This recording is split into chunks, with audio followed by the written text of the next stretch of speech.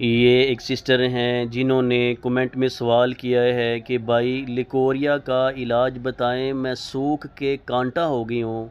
Leucorrhoea ऐसा ख़तरनाक और मोहलिक मर्ज़ है जो ख़वातीन को, यंग लड़कियों को अंदर ही अंदर से खोखला कर देता है।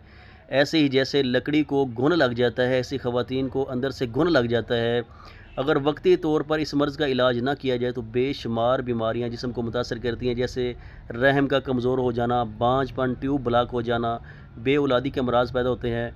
लिकोरिया से निजात के लिए बहुत ही अला क्वालिटी का नुस्खा नोट फरमा लें।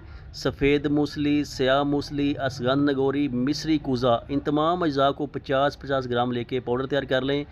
1 कप दूध के अंदर 1 चुटकी हल्दी, 1 चुटकी दालचीनी डाल के ये आपने पका लेना है और सुबह शाम 2 टाइम आपने खाना खाने के बाद आपने 1 कप दूध के साथ आपने ये सफ़ूफ़ लेना है 1 टीस्पून।